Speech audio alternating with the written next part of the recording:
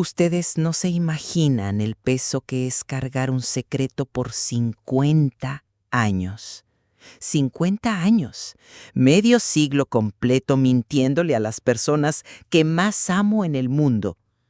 Yo soy Refugio. Tengo 74 años. Y hoy voy a contar por primera vez una historia que me atormenta desde los 24. Una historia sobre una noche de diciembre que cambió no solo mi vida, sino la vida de un niño inocente que llegó hasta mí de una manera que ustedes jamás van a creer. Y lo peor de todo, durante todos estos años, mentí.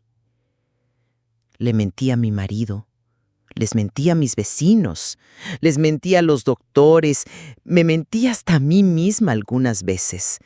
Creé una familia entera, basada en una mentira que comenzó en una noche de lluvia y desesperación. Pero hoy, después de medio siglo cargando este peso, necesito contar la verdad, porque hay historias que uno no puede llevarse a la tumba. Y esta es una de ellas. Suscríbanse a este canal y activen las notificaciones para que les avisen siempre que suba un video nuevo. Así como yo, muchas otras personas están tomando valor para abrir el corazón y confesar secretos que estuvieron guardados por años. Y tener a alguien para escuchar nuestras historias es algo muy importante para nosotros. Era 1974. Yo vivía en una casita sencilla en San Pedro Cholula, un pueblito cerca de Puebla capital. Una casa de adobe con 3 cuartos nada más, sala, recámara y cocina, pero que era nuestro rinconcito de felicidad. Las paredes eran encaladas de blanco, de esas que mi mamá me enseñó a hacer con cal y agua, que mantenían el ambiente fresco hasta en el calor más fuerte del altiplano. La casa quedaba en una callecita empedrada, la calle de las Flores, nombre bonito para una calle sencilla, de esas que cuando llovía se encharcaban, y cuando hacía sol levantaban polvo que se metía por todas partes. Se pegaba en la ropa, en el cabello, en los muebles. Pero era una calle buena, con vecinos conocidos de toda la vida, familias que se ayudaban en los momentos difíciles y celebraban juntas en los momentos buenos. Era de esas calles donde los niños jugaban canicas y trompo enfrente de las casas hasta que oscurecía, donde las mujeres se sentaban en las sillas en la banqueta al atardecer para platicar sobre la vida ajena y los acontecimientos del pueblo, donde los hombres jugaban dominó bajo el fresnos de Don Juan después del trabajo. Nuestra casa tenía un patiecito pequeño atrás, con un fresno viejo que daba sombra sabrosa y protegía del sol quemante del mediodía.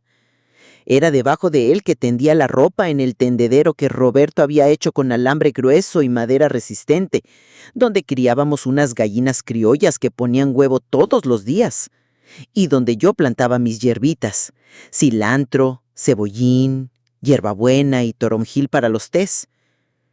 El piso de la casa era de cemento pulido que yo enceraba todas las semanas con cera de abeja, dejando todo brillando como espejo. Las ventanas eran pequeñas, protegidas por contraventanas de madera pintadas de azul desteñido, y yo había cosido cortinas de percal floreadito, estampitas chiquitas de rosas mexicano en fondo blanco, que bailaban con la brisa de la tarde.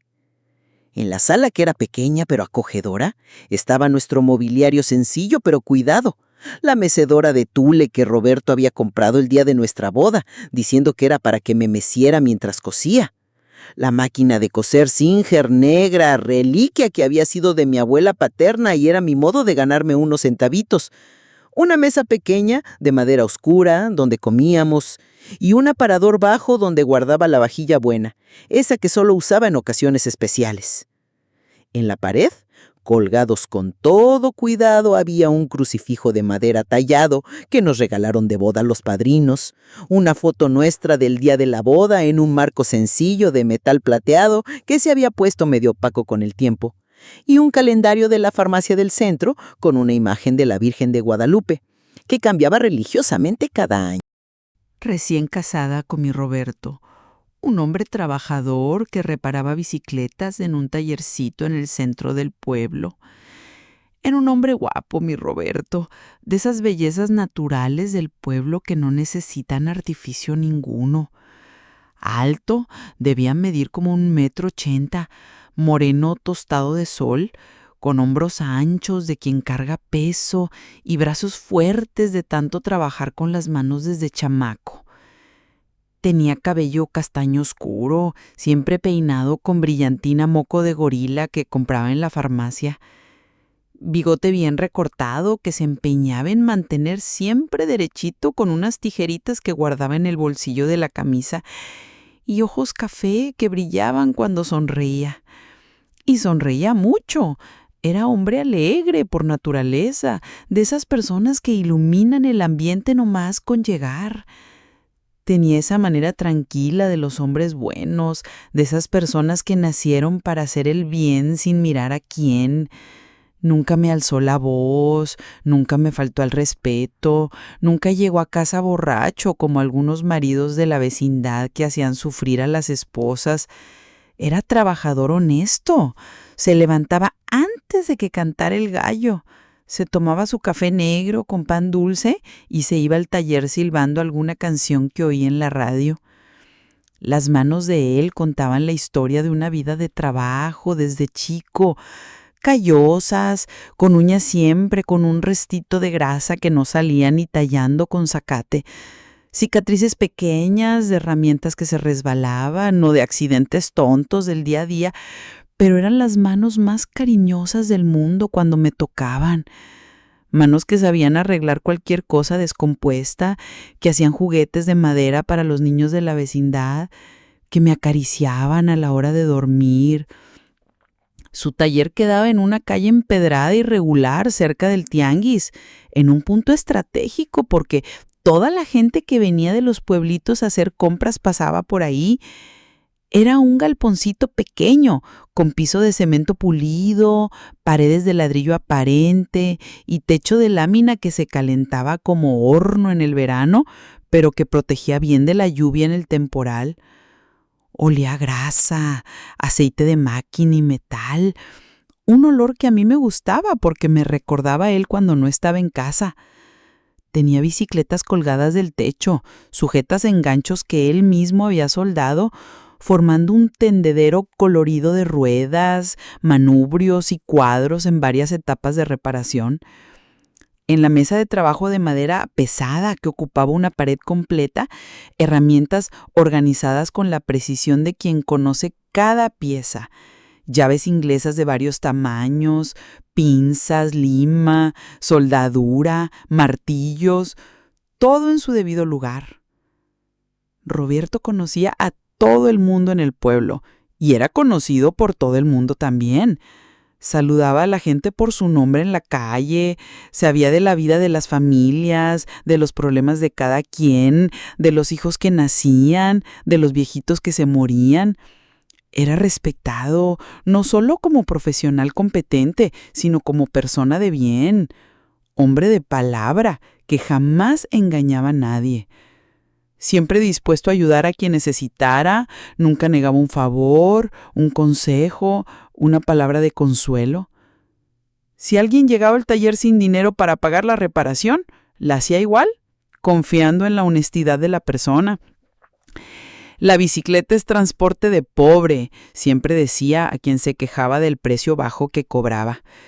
Si el chamaco no tiene dinero para el arreglo, yo se la hago gratis. Un día me paga de otra manera, aunque sea con una oración. Los dos soñábamos con tener hijos desde que nos casamos en la iglesia de San Pedro, ahí mismo en Cholula, en una ceremonia que todavía me emociona cuando recuerdo los detalles. Fue una boda sencilla, pero bonita, del modo que nos gustaba y podíamos pagar. Yo de vestido blanco que mi mamá me había prestado, él de traje oscuro que había comprado a plazos en la tienda del centro. El vestido era de satín legítimo, medio amarillento del tiempo. Mi mamá se había casado con él 25 años antes, pero todavía bonito, con mangas largas de encaje delicado y una colita pequeñita que arrastraba graciosamente cuando caminaba. Me quedaba un poco holgado. Yo siempre fui flaca, chaparrita, pero con unos alfileres dorados y unos ajustes que la vecina costurera hizo de favor, me quedó perfecto y me veía bonita. Tenía un velo de tul que había pertenecido a mi abuela materna, amarillento en las orillas, pero todavía delicado como una nube, que mi mamá me prendió en el cabello con una peineta de nácar que era reliquia de la familia y que uso hasta la fecha en las ocasiones especiales. Me puse los zapatos blancos de piel que había comprado especialmente para la ocasión, gastando una cantidad que en ese tiempo parecía una fortuna, pero que valía cada centavo para verme bonita en el día más importante de mi vida. Roberto estaba guapísimo de traje, elegante como un príncipe del pueblo. Era la segunda ropa buena que tenía en la vida. La primera era un saco azul marino para ir a misa los domingos. Había comprado el traje 3 meses antes de la boda, un traje gris oscuro de buena calidad que le duró años, pagándolo en 10 abonos en la tienda de don Manuel sin importarle el interés alto.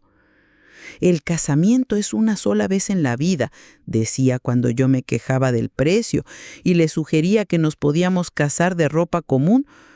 Tiene que ser bien hecho, con respeto, para que todo el mundo vea que lo estamos tomando en serio. Y realmente se veía elegante, con camisa blanca almidonada que la vecina había planchado con mucho cuidado, corbata negra prestada del padrino, zapatos negros que había boleado hasta que brillaran como espejo. La ceremonia fue emocionante, de esas que uno recuerda cada detalle para el resto de la vida.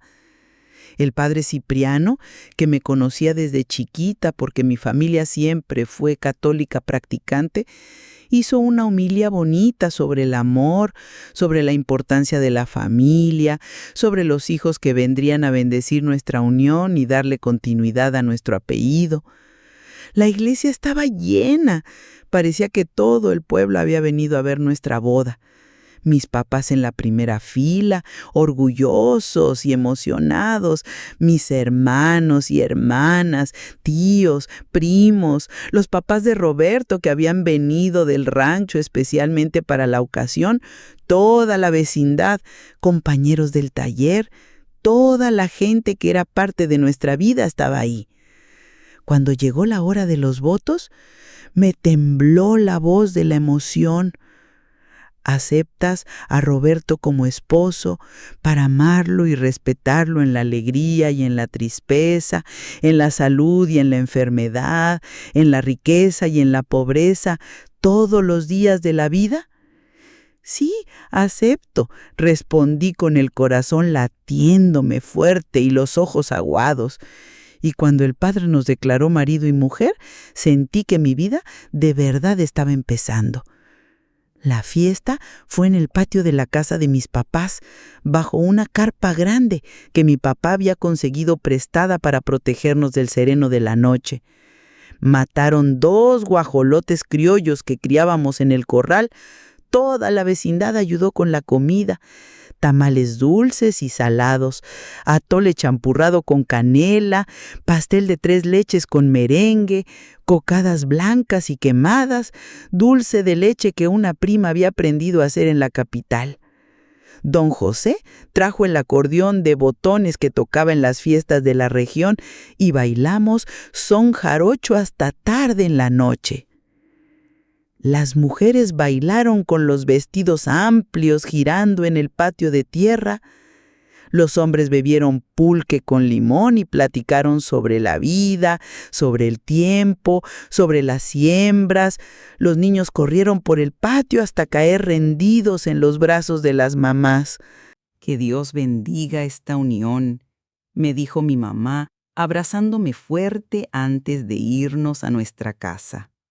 que sean muy felices y tengan muchos hijos para alegrar su vejez y darle continuidad a la familia. Yo ya había preparado un cuartito pequeño al fondo de la casa para cuando llegaran los hijos. Un espacio que organicé con todo el cariño y la esperanza del mundo. Tenía una cuna que mi papá había hecho especialmente de madera de cedro, madera noble, resistente, que duraba toda la vida y que se ponía más bonita con el tiempo. Había trabajado en ella durante meses, en las horas libres después del trabajo en el campo, tallando detalles delicados en las patas y en la cabecera, dejando la madera lisa como seda y con un barniz natural que resaltaba las vetas de la madera. El cuartito era pequeño, pero acogedor como un nido hecho para proteger y calentar. Pinté las paredes de amarillo clarito, color neutro que servía tanto para niño como para niña, ya que en esa época no había ultrasonido para saber el sexo antes del nacimiento. Cosí unas cortinitas delicadas de tela floreada, con holancito en la orilla, que dejaban entrar la luz suave de la mañana, pero protegían del sol fuerte de la tarde. Puse un tapetito que mi abuela paterna había hecho de retazos coloridos, cada pedacito contando una historia de la familia. Un retazo del vestido que usé en la primera comunión, otro de la falda que mi mamá usaba para ir al tianguis los sábados, pedazos de camisas viejas de mi papá, sobras de tela de vestidos de mis hermanas. Era un tapete lleno de memorias, de amor tejido en cada puntada.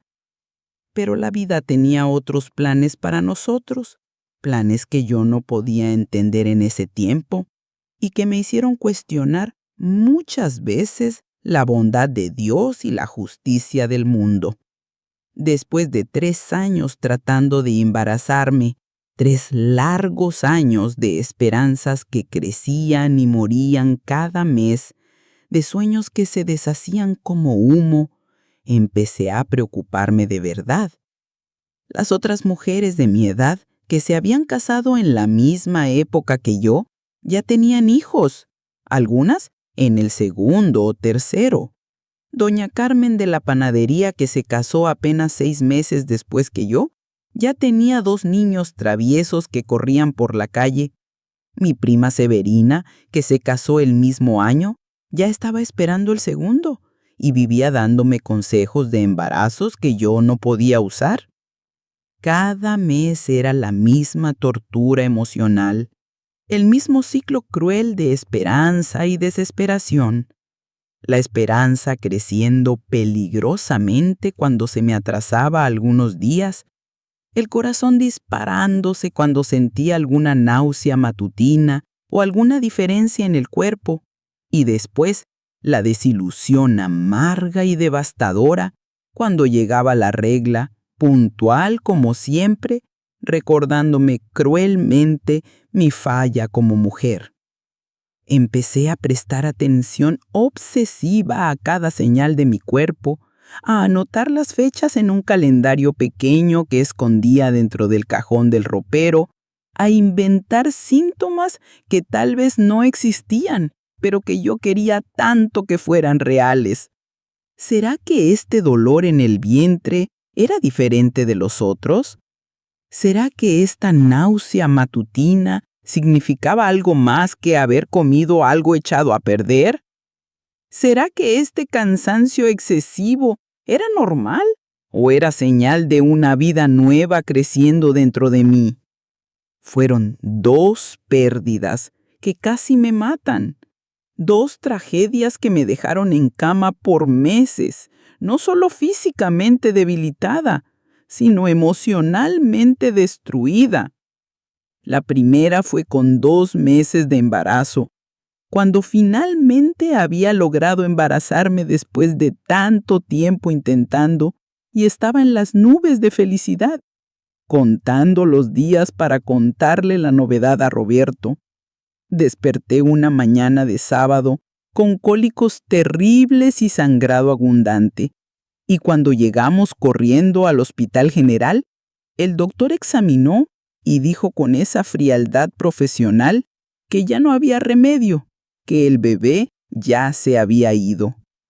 «A veces pasa», dijo el doctor Severino, tratando de consolarme con palabras vacías.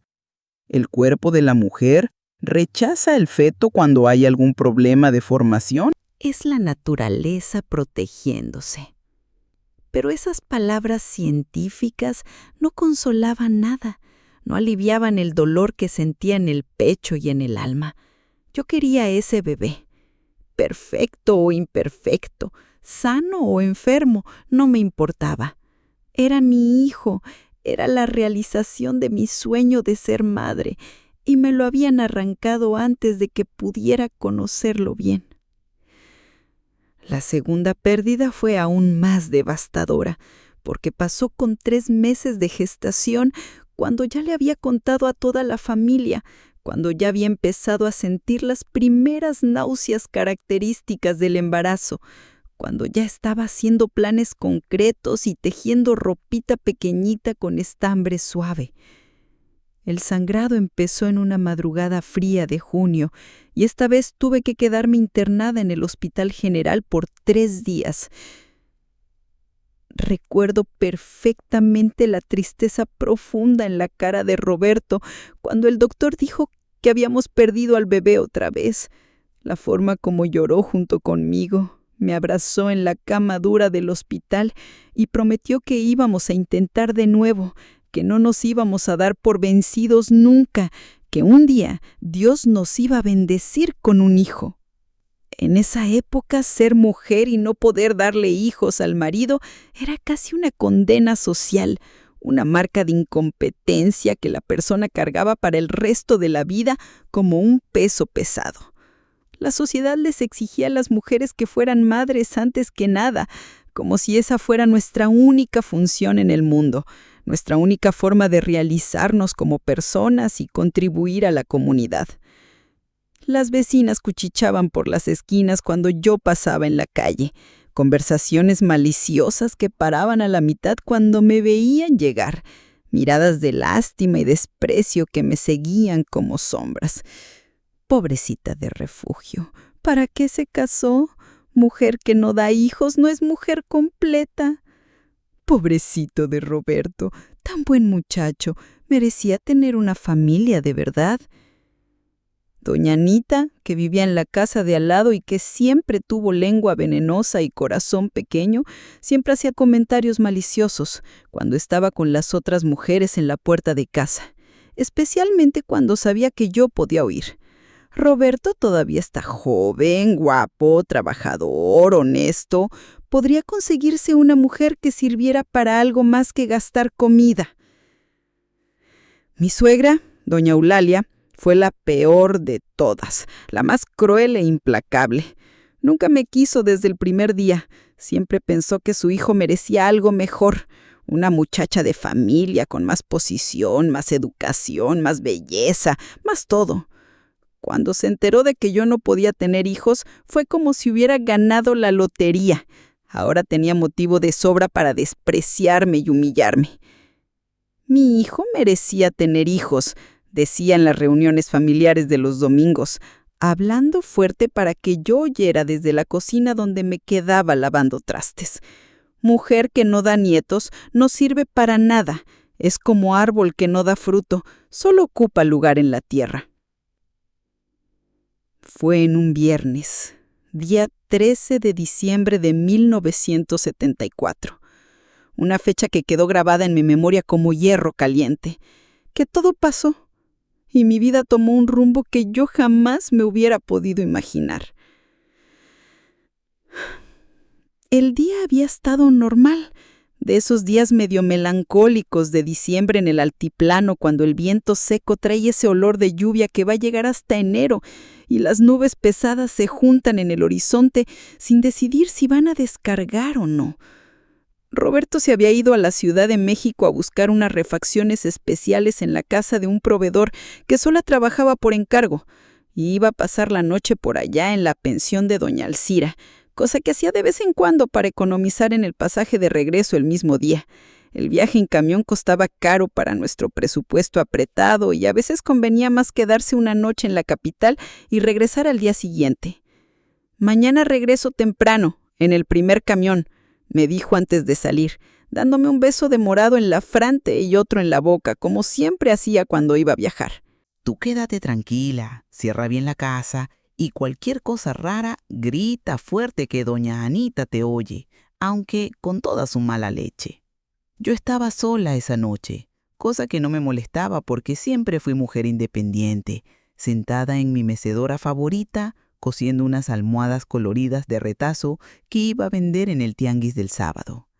Así era como yo completaba nuestros ingresos: costura, bordado, ganchillo, dulcitos de fiesta cuando tenía dinero para comprar los ingredientes.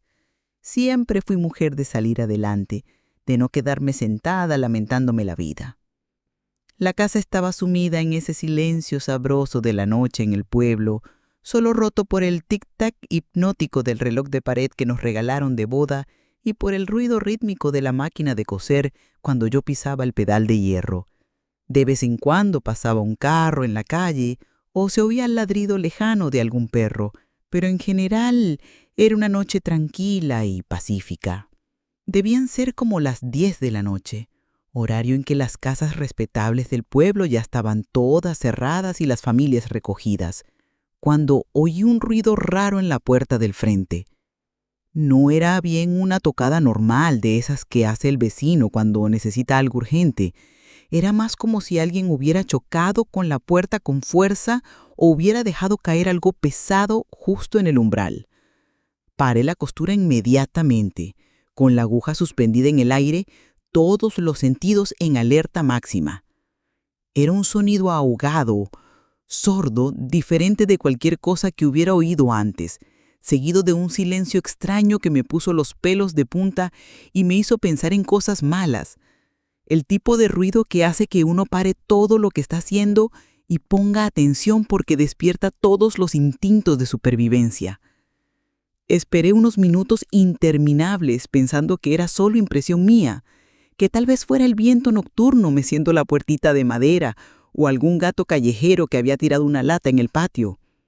Tal vez fuera doña Anita con algún problema doméstico. A veces tocaba la puerta cuando el marido llegaba muy borracho y ella necesitaba ayuda para meterlo a la casa sin despertar a toda la vecindad. Pero entonces oí un llanto finito, ahogado, débil de bebé recién nacido, que venía claramente de afuera de la casa y que no se podía confundir con ningún otro sonido del mundo. Un llantito que parecía más un maullido de gatito abandonado, pero que yo reconocí inmediatamente como llanto de niño pequeño, de esos que acababan de llegar al mundo. Mi corazón se disparó como yegua asustada con trueno y un escalofrío me subió por la espalda como si alguien me hubiera pasado hielo por la espalda. Nunca en la vida había oído llanto de bebé viniendo de mi puerta, principalmente a esa hora en una noche de viernes, cuando todo el mundo estaba recogido y durmiendo.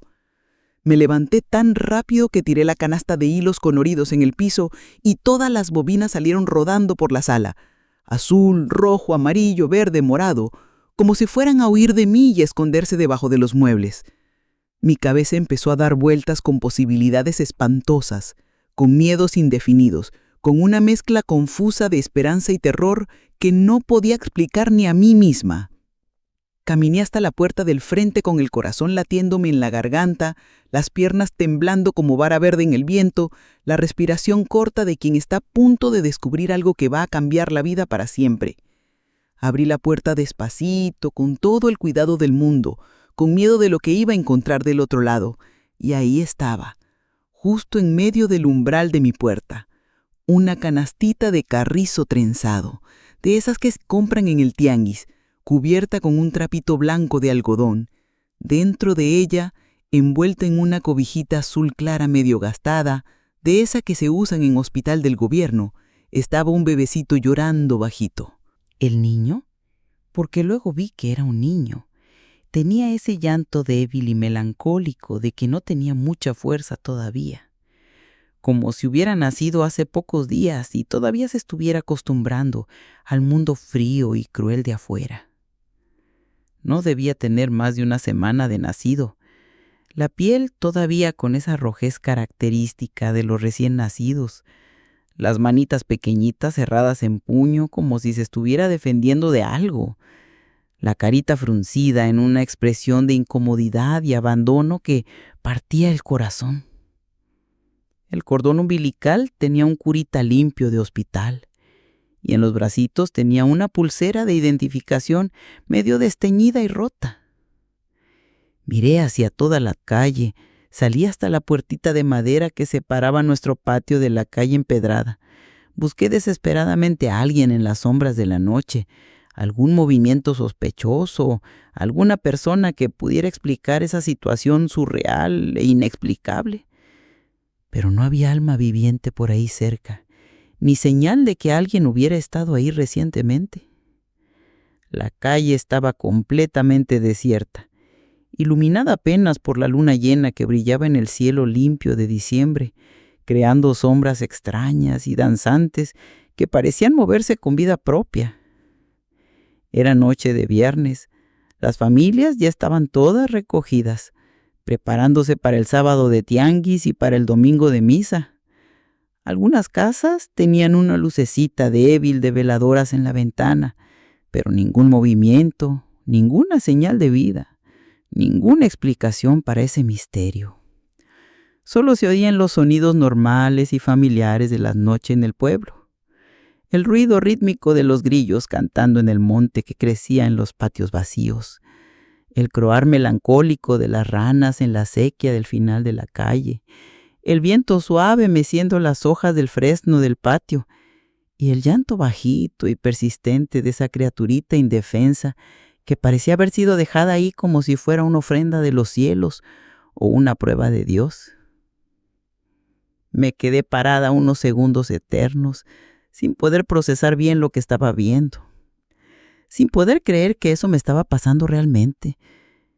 ¿Era real eso? ¿Estaba soñando despierta? ¿Cómo era posible que apareciera un bebé en mi puerta? Justamente en mi puerta, justamente en la noche que Roberto no estaba en casa para ayudarme a decidir qué hacer. Sin pensar dos veces, con un impulso maternal que salió del fondo del alma y que fue más fuerte que cualquier miedo o duda, agarré la canasta con todo el cuidado del mundo y la traje adentro de la casa. Mis manos temblaban violentamente, tanto que casi dejo caer todo en el piso. Tenía miedo de lastimar al bebé, miedo de estar soñando, miedo de que eso fuera demasiado real para ser verdad y que alguien viniera a quitarme a esa criatura en cualquier momento. Puse la canasta arriba de la mesa de la sala, justo debajo de la luz amarillenta y acogedora de la lámpara de petróleo. Y me quedé ahí, parada como una estatua, viendo a ese bebé como si fuera una aparición sagrada, una visión que podía desaparecer si parpadeaba o si me movía muy rápido. El corazón me latía tan fuerte que podía oír el ruido dentro del pecho, como un tambor descompasado tocando una música de desesperación y esperanza. Era un niñito perfecto, hermoso como esos bebés que uno ve en estampa de santo o en revista de la capital. Tenía cabello castaño clarito y suave como seda, piel que parecía porcelana fina, esa carita de muñeca que hacía que cualquier persona se enamorara a primera vista. Las mejillas eran gorditas y rosaditas. Los labios pequeñitos se movían como si estuviera buscando el pecho de la madre, en un reflejo instintivo de supervivencia. Los ojitos estaban cerrados, pero cuando lloraba, un llantito bajo, melancólico y de partir el corazón, se podía ver que eran oscuros, casi negros, con pestañas largas y curvadas que hacían sombra delicada en las mejillas. Tenía esas manitas perfectas de bebé, con deditos diminutos y uñas transparentes como cristal, que se abrían y cerraban buscando algo de qué agarrarse.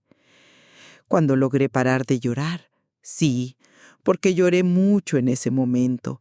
Lloré de emoción pura, de susto, de gratitud, de miedo, de una mezcla inexplicable de sentimientos que nunca había experimentado antes. Vi que había un papelito amarillento prendido en la cobijita con un alfiler oxidado. El papel estaba medio doblado y húmedo, como si hubiera sido escrito a las carreras, tal vez en condiciones difíciles o con las manos temblando de nerviosismo. Con letra medio temblorosa, claramente de alguien que había estudiado poco y que estaba en situación de desesperación, estaba escrito: «Por favor, cuídalo con cariño.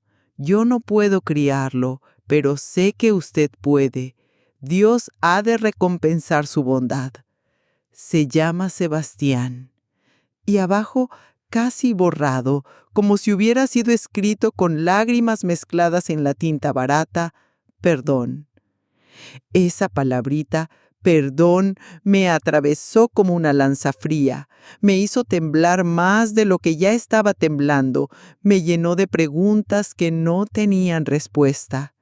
Leí y releí el papelito varias veces, tratando de descifrar la historia trágica detrás de esas palabras sencillas, pero cargadas de dolor y desesperación. ¿Quién era esa persona que tenía que pedir perdón por darle una oportunidad de vida a una criatura? ¿Qué situación desesperante había llevado a alguien a abandonar un bebé recién nacido en una noche fría de diciembre en la puerta de una casa de extraños? ¿Sabía algo sobre mí?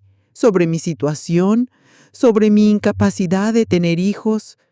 Sería una muchacha soltera que se embarazó y no podía hacerse cargo de la criatura por la presión de la familia conservadora. Sería una mujer casada que tuvo un hijo fuera del matrimonio y necesitaba deshacerse de la evidencia antes de que el marido se diera cuenta. O sería alguien tan pobre, tan desesperada, que no tenía condiciones mínimas de criar una boca más que alimentar en una familia que ya pasaba hambre. Las preguntas se multiplicaban en mi cabeza como hierba mala, pero ninguna respuesta venía, ninguna explicación lógica aparecía.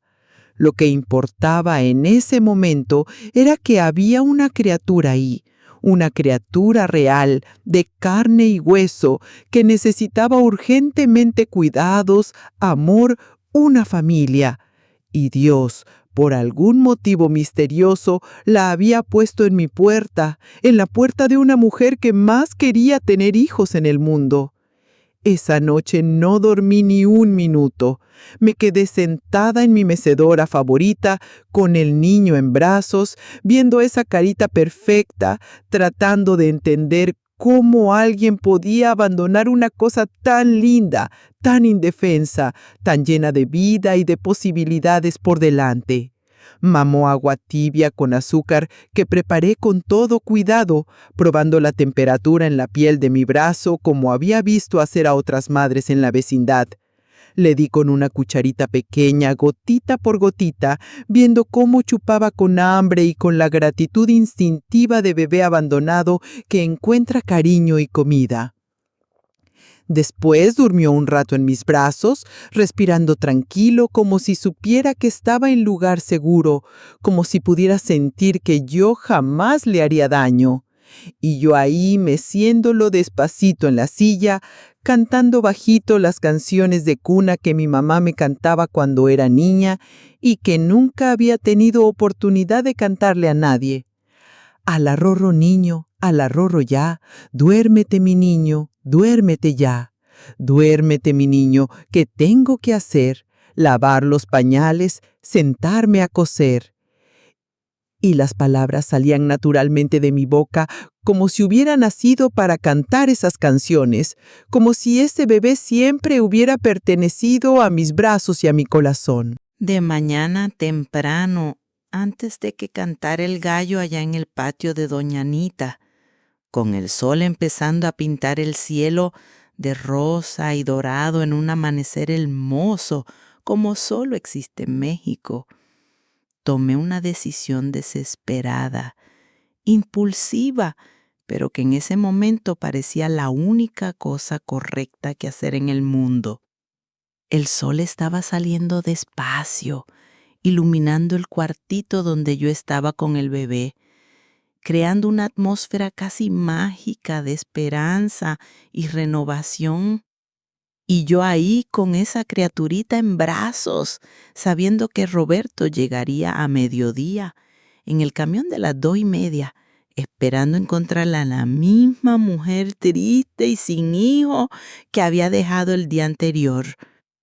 Cuando llegara, yo le diría que el niño era nuestro, que yo había dado a luz en la madrugada, sola, como algunas mujeres valientes hacían en esos tiempos en el pueblo, cuando el parto venía rápido y no daba tiempo de llamar a la partera o ir al hospital. La idea fue creciendo en mi cabeza como una semilla que encuentra tierra buena y fértil, como una solución divina para todos nuestros problemas. No era completamente imposible. Había mujer que escondía embarazo hasta el final, principalmente si era flaca como yo o si la panza no crecía mucho por algún motivo médico. ¿Y quién más iba a sospechar? Todo el mundo en el pueblo sabía cómo nosotros queríamos tener hijos. Conocía nuestra lucha, nuestra tristeza, nuestros intentos frustrados. Sería visto como un milagro tardío, una bendición de Dios para una pareja que merecía ser feliz.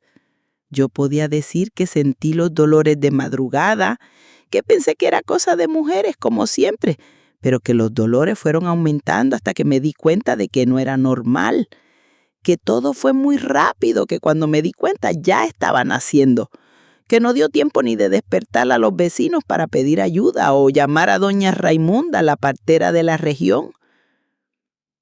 Roberto se iba a poner tan feliz, tan emocionado con la llegada inesperada del hijo, que ni iba a cuestionar mucho los detalles médicos o hacer preguntas complicadas. Y después, con el paso del tiempo, esa historia inventada se iba a volver verdad en su memoria. Se iba a volver parte de nuestra historia de familia. Se iba a contar y recontar a los nietos que él tanto soñaba tener. ¿Ustedes creen una cosa así? Una mujer inventar una historia así, criar un niño por años sabiendo que puede no ser suyo de verdad.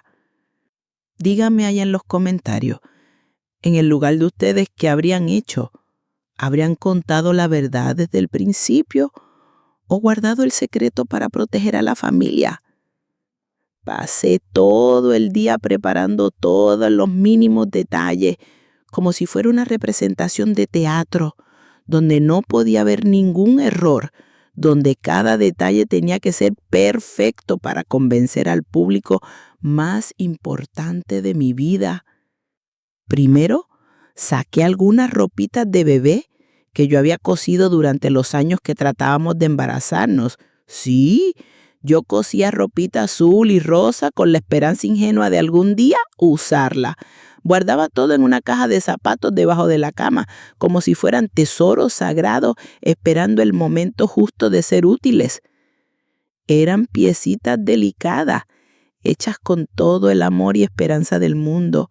Mamelucitos de franela suave para el invierno, vestiditos ligeros de algodón para el verano, gorritos de ganchillo en varios colores neutros, pañales de tela bordados a mano con florecitas y puntillitas. Cada puntada había sido dada pensando en el hijo que vendría. Cada pieza terminada era una oración silenciosa para que Dios me bendijera con una criatura. Después, empecé a preparar el escenario físico del engaño. Arrugué un poco las sábanas de la cama, como si hubiera sido usada durante un parto difícil y demorado. Regué unas toallas sucias y arrugadas por el cuarto, como si hubieran sido usadas para limpiar sangre y otros fluidos corporales. Agarré una palangana grande. Le puse agua con un poquito de azafrán para que se pusiera amarillenta y con cara de que había sido usada para lavar algo relacionado con el parto. Me bañé bien, pero dejé el cabello medio desarreglado, como si hubiera pasado la noche en vela sufriendo. Me puse un vestido amplio. de esos que usaba cuando estaba más hinchada durante la regla para simular el cuerpo de una mujer que acababa de dar a luz.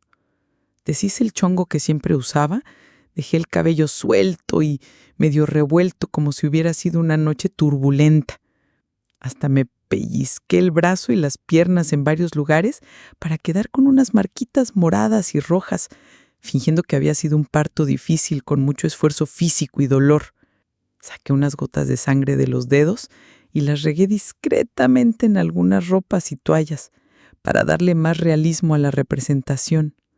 Practiqué frente al espejo pequeño del ropero cómo iba a contar la historia. Ensayé las expresiones faciales, el tono de voz, hasta las lágrimas de alegría y cansancio que iba a derramar. Tenía que ser convincente, tenía que parecer natural y espontáneo. La vida del bebé y mi felicidad futura dependía de eso. Cuando Roberto llegó esa tarde de sábado, sudado y cansado del viaje en camión que duró más de 3 horas por un problema mecánico a la mitad del camino, yo estaba completamente preparada para la representación de mi vida. Entró a la casa como siempre hacía después de los viajes, aventando la bolsita de ropa en la esquina de la sala y gritando con esa alegría característica: «¡Ya llegué, mujer! ¿Dónde está mi esposa linda para recibirme con un abrazo?» Yo estaba sentada en la mecedora, con el bebé en brazos, tapado con una cobijita azul claro que yo había cosido meses antes. Cuando Roberto me vio ahí en esa escena inesperada, se paró en medio de la sala como si le hubiera caído un rayo, sin poder entender bien lo que estaba viendo. Los ojos se le fueron poniendo grandes como platos. La boca se le abrió lentamente como si estuviera viendo una visión o un milagro pasando enfrente de él. «Refugio, ¿qué es esto?», tartamudeó señalando con el dedo tembloroso hacia el bebé en mis brazos. ¿De dónde? ¿Cómo? Las palabras no le salían bien, como si el cerebro no pudiera procesar esa información inesperada e imposible. «Roberto», le dije con la voz temblorosa de emoción, fingida y verdadera al mismo tiempo. «Nuestro hijo nació. Sebastián Roberto llegó esta madrugada cuando estabas de viaje. Dios finalmente oyó nuestras oraciones». El hombre se quedó panado unos segundos eternos, procesando la información que acababa de recibir, tratando de entender cómo eso era posible después de tantos años de intentos frustrados.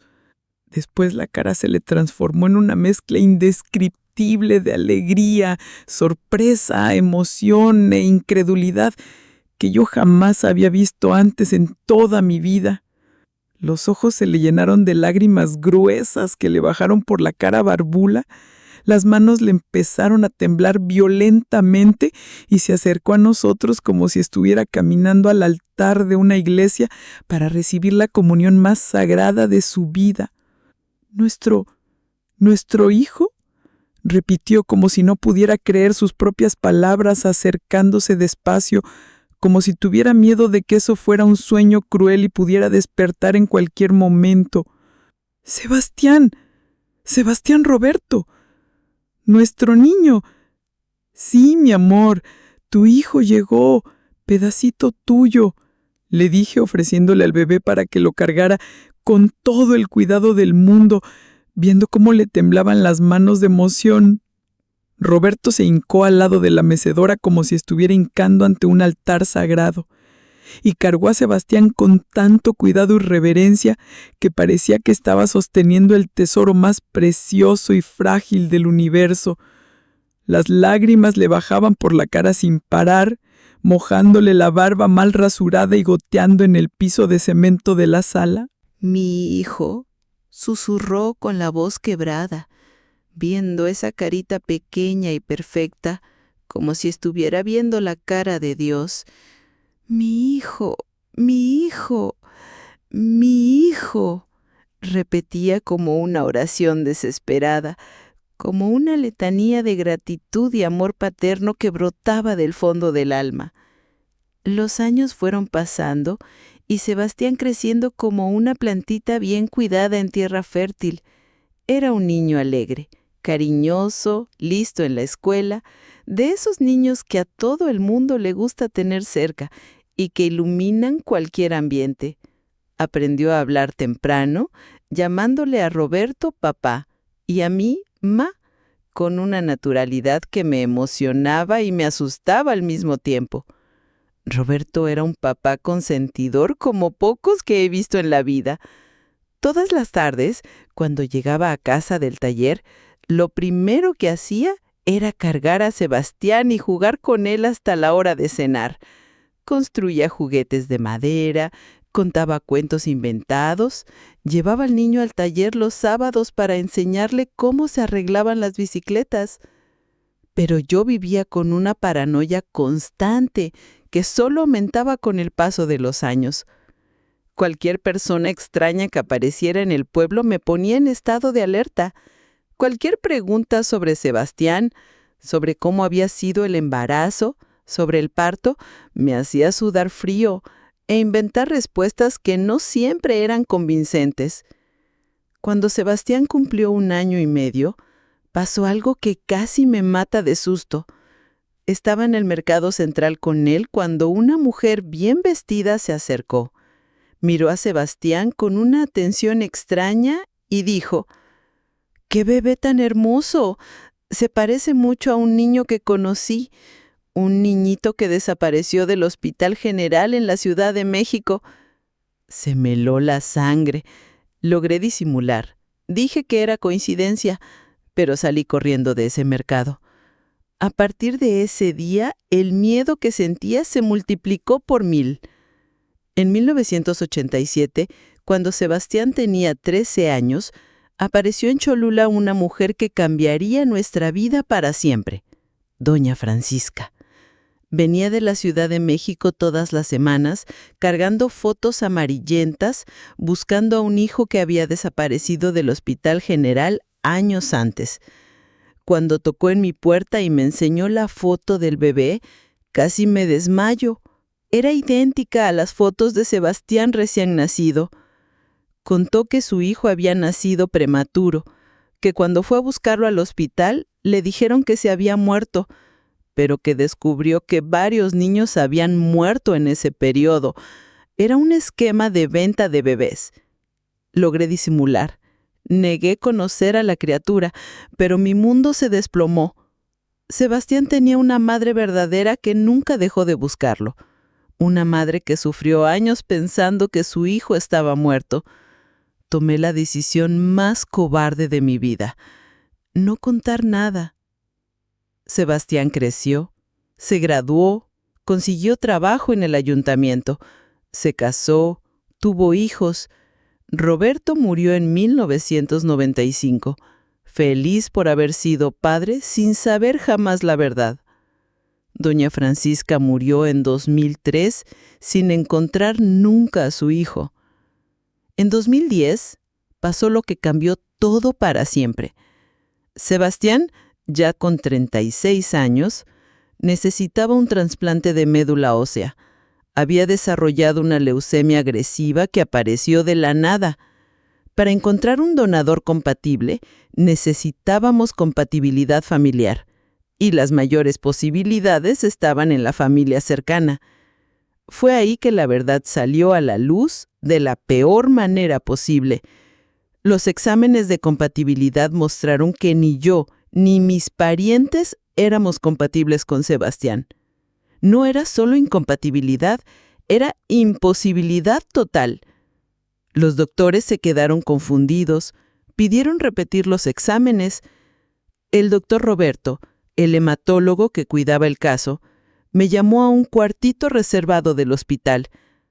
Doña Refugio, me dijo con esa manera cuidadosa de los doctores cuando van a dar noticias malas: los exámenes muestran que genéticamente es imposible que sea su hijo biológico.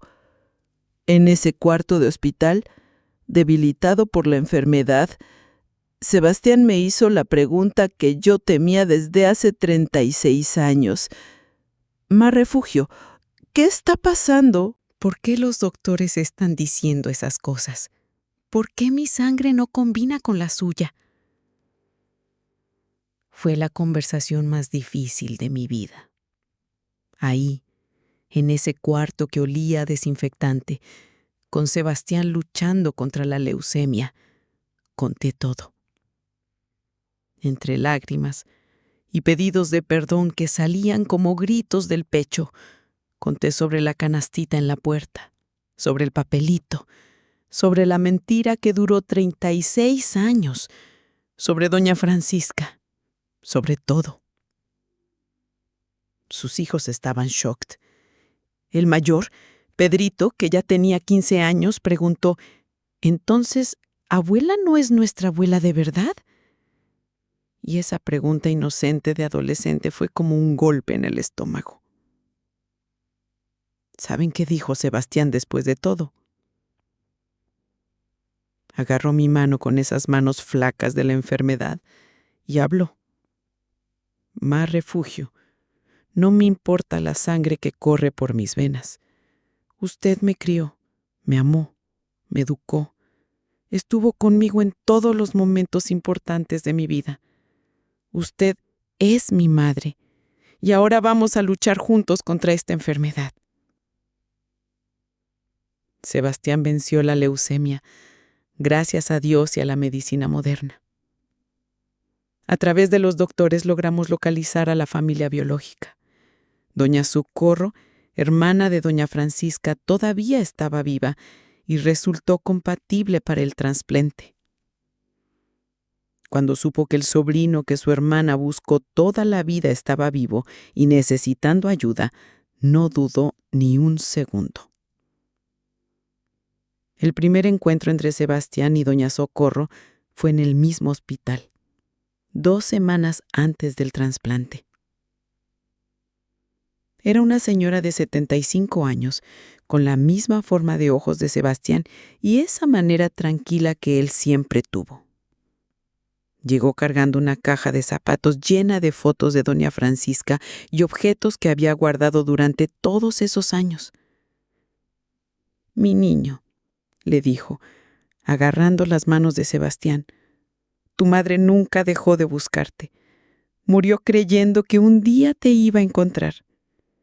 Y le enseñó una foto de doña Francisca joven, embarazada, sonriendo a la cámara. El parecido de Sebastián con ella era impresionante. Pero la historia no acabó ahí. Durante las pláticas con doña Socorro descubrimos algo aún más sorprendente. Sebastián no era hijo único. Doña Francisca había tenido gemelos. Eran 2 niños, Sebastián y Esteban. Nacieron juntitos, pero Esteban estaba más débil. El hospital dijo que los 2 se murieron, pero ahora que sé que Sebastián estaba vivo, estoy segura de que Esteban también puede estar. Empezamos una búsqueda por los registros hospitalarios de la época, con la ayuda de abogados y de la policía que ya estaba investigando ese esquema viejo de venta de bebés. Descubrimos que realmente varias criaturas habían sido vendidas en ese periodo. Y fue ahí que pasó el verdadero milagro. A través de los registros y de un trabajo de investigación que duró meses, encontramos a Esteban. Lo había criado una familia de clase media en Guadalajara que también había inventado una historia sobre haberlo encontrado abandonado. El primer encuentro de los hermanos fue demasiado emocionante. Esteban manejó de Guadalajara a Cholula una mañana de sábado. Cuando se bajó del carro y Sebastián lo vio, fue como si se estuviera viendo en el espejo. Eran idénticos, aún después de 38 años creciendo separados. Se abrazaron y lloraron ahí enfrente de la casa, 2 hombres hechos, llorando como niños que se reencuentran después de toda una vida separados. Esteban se había vuelto dentista, estaba casado, tenía una hija. Sebastián era empleado público, tenía 2 hijos varones. Vidas completamente diferentes, pero la misma sangre, el mismo origen, la misma sonrisa. Hoy, a los 74 años, Viendo hacia atrás, yo sé que cometí errores terribles. Debería haber tratado de saber la verdad sobre Sebastián desde el principio. Debería haberle contado a doña Francisca cuando tocó en mi puerta. Debería haberle dado una oportunidad de encontrar al hijo que busco toda la vida. Pero también sé que le di la mejor vida que podía a una criatura que necesitaba amor. Crié a Sebastián con cariño. Dediqué mi vida a él. Estuve presente en todos los momentos importantes. Primer día de escuela, graduación, boda, nacimiento de los nietos. ¿Hice bien? ¿Hice mal? Ya no sé. Lo que sé es que el amor no tiene que ver con sangre. Tiene que ver con cuidado, con dedicación, con estar presente en los momentos buenos y malos. Y eso se lo di a Sebastián desde el primer día que llegó a mi puerta. La verdad es que todos nosotros, yo, la familia de Esteban en Guadalajara y hasta doña Francisca, fuimos víctimas de un sistema podrido que separaba madres de hijos y dejaba criaturas a su suerte. Cada quien hizo lo que pensó que era mejor en las circunstancias que tenía. Sebastián hoy dice que tuvo suerte de tener 2 madres.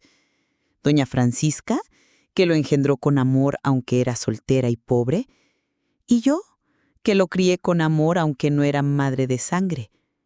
Y que haber encontrado a Esteban fue el regalo más lindo que la vida le podía dar después de tanto sufrimiento. Hoy, nuestra familia creció de una manera que nunca me imaginé. Sebastián tiene 2 familias, la que lo crió y la que lo engendró. Esteban se mudó a Cholula, compraron terrenitos vecinos, construyeron casas una junto a la otra. Los hijos de Sebastián y la hija de Esteban crecieron como primos verdaderos. Yo gané más nietos, más familia, más amor del que jamás pensé que merecía. Doña Socorro, que salvó la vida de Sebastián con el trasplante, se volvió nuestra parienta del corazón. Pasa la Navidad con nosotros, viene a comer todos los domingos.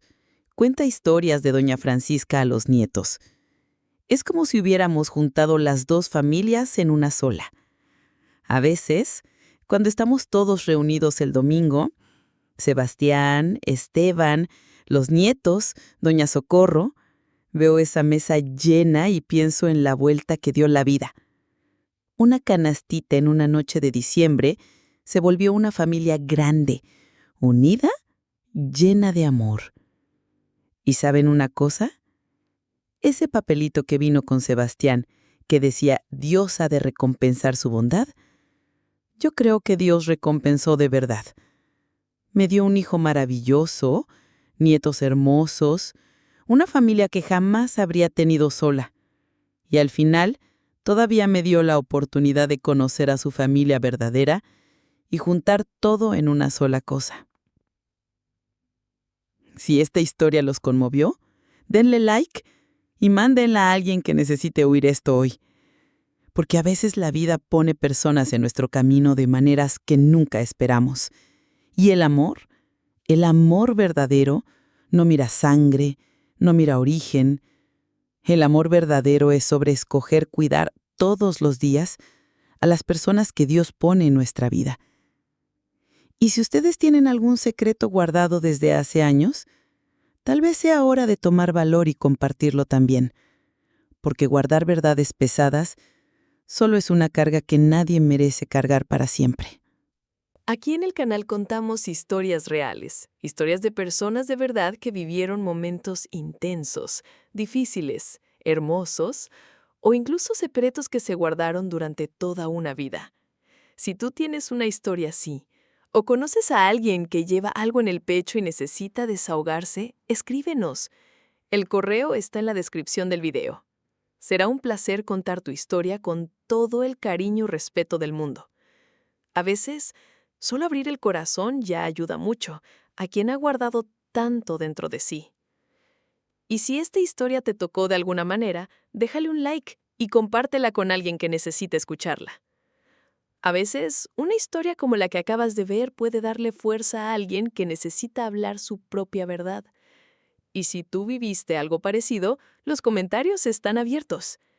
Este es un espacio seguro para escucharnos y apoyarnos mutuamente.